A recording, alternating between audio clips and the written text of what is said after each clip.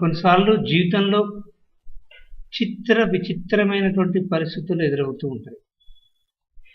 ఒకటనుకుంటే మరొకటి జరుగుతూ ఉంటుంది.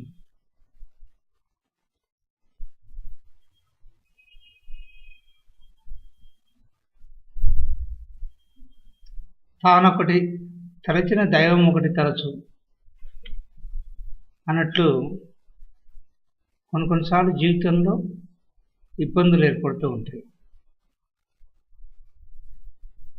ఎక్కువగా ఇలాంటి చిక్కులు, ఇలాంటి వైరుధ్యమైనటువంటి పరిస్థితులు కేతు మహాదశలో జరుగుతూ ఉంటాయి.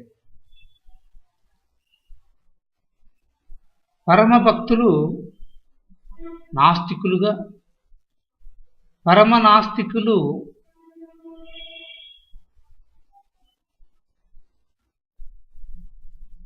ఆస్తికులుగా, పరమ ఆస్తికులుగా, పరమ దైవభక్తి గల వారిగా మారడం అనేది కేతు మహాదశలో జరుగుతుంది.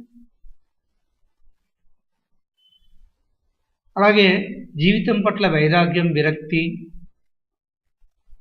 తీవ్రమైనటువంటి నిరసనలను కేతు మహాదశలో ఎదుర్కోవటం జరుగుతూ ఉంటుంది.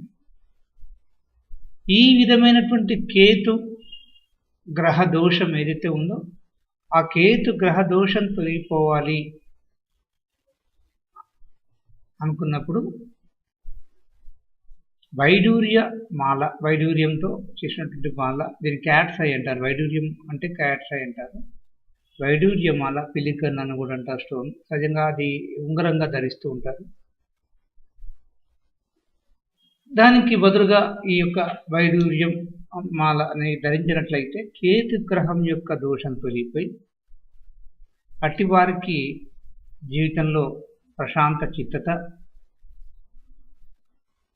కార్యాలలో మనం అనుకున్నది కాకపోవడం, మనం అనుకున్నటువంటి పనులు జరగకపోవడం, ఒకటి అనుకుంటే మరొకటి కావడం, విరక్తి, వైరాగ్యం, చిత్త చాంచల్యం ఇట్లాంటివి ఏర్పడినప్పుడు ఈ యొక్క వైడూర్యమాలను ధరించినట్లయితే అవి తొలగిపోయి ప్రశాంత మనస్కులుగా మారి ఇబ్బందులు తొలగిపోయి మంచి జరుగుతుంది.